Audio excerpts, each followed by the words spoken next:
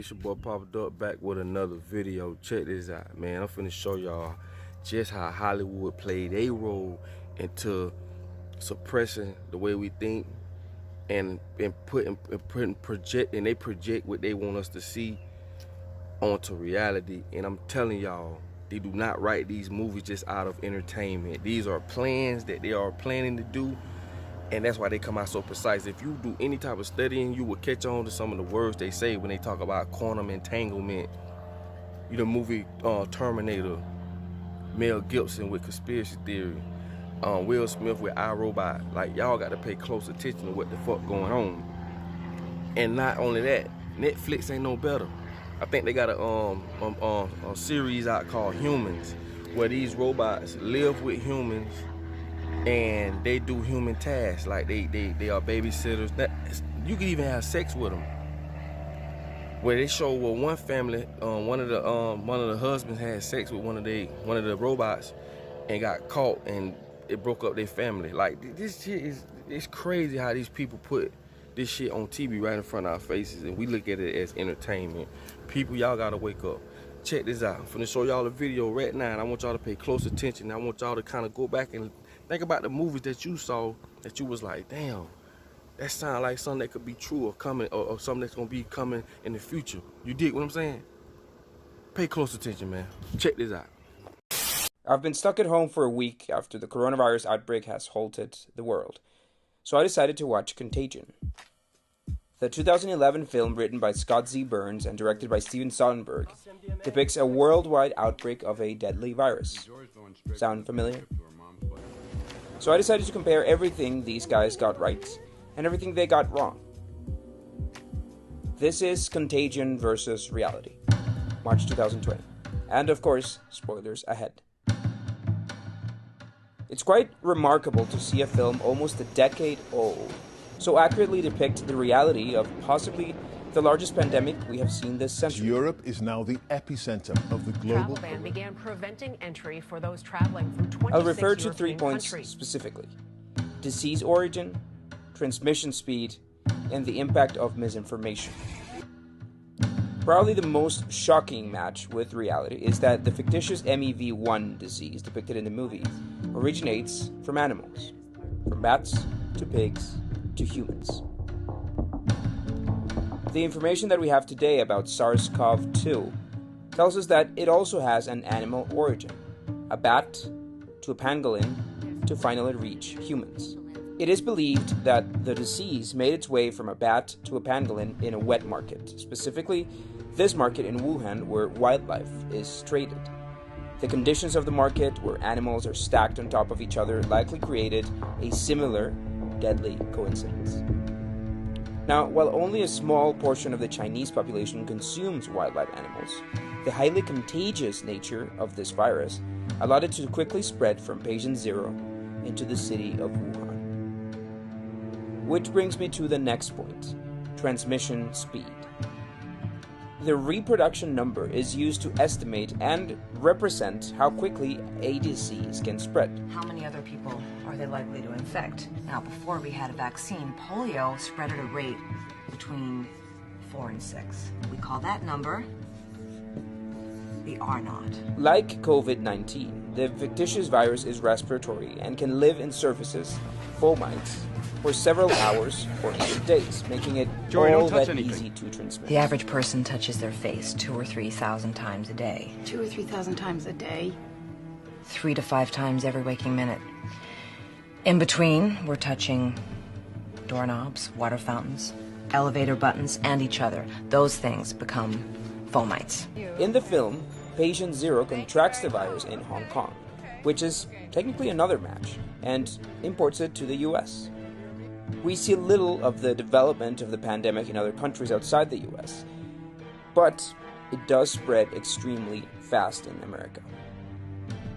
While MEV1 and COVID-19 share a similar R0 factor, in the film, 125 plus million people are infected about a month after patient zero.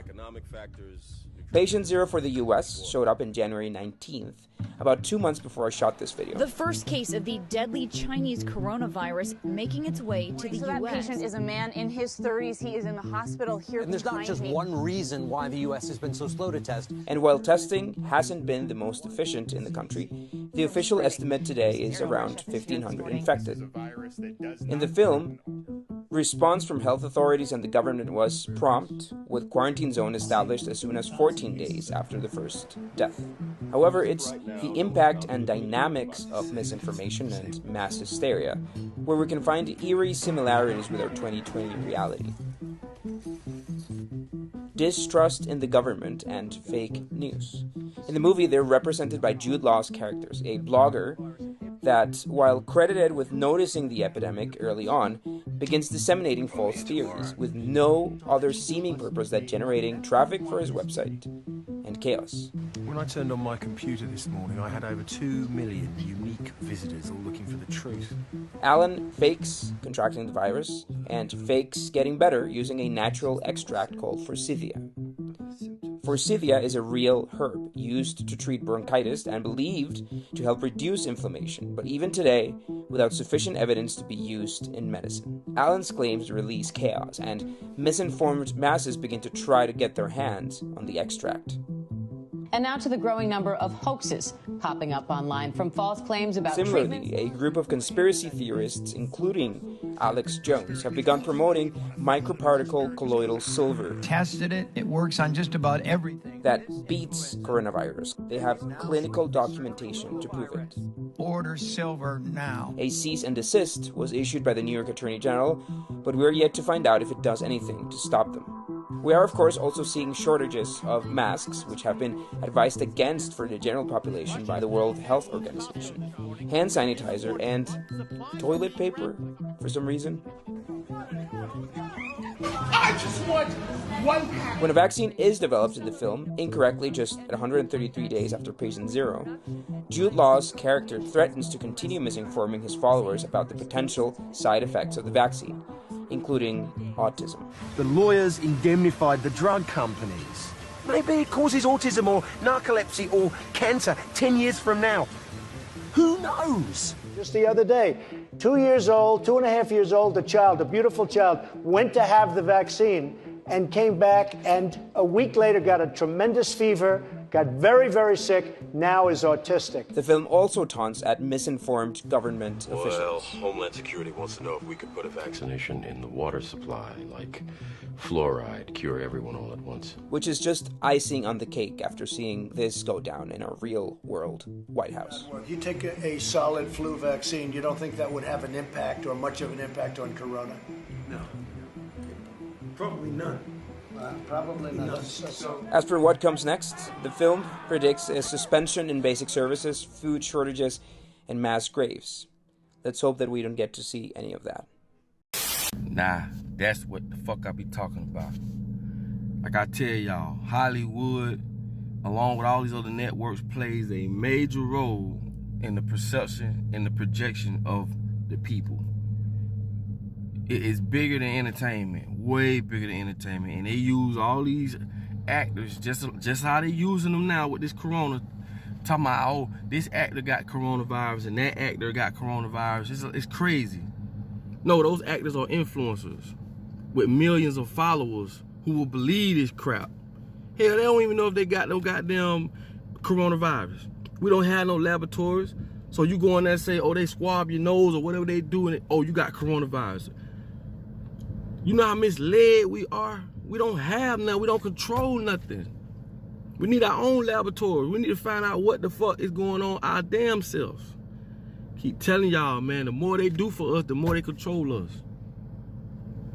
Man, y'all already know, man. Shouts out to the folk that sponsor my videos, man. CarMarshal.com. If you need a new or used car, man, you already know. Go to the link, hit the link, CarMarshal.com. Also, NutriBurst.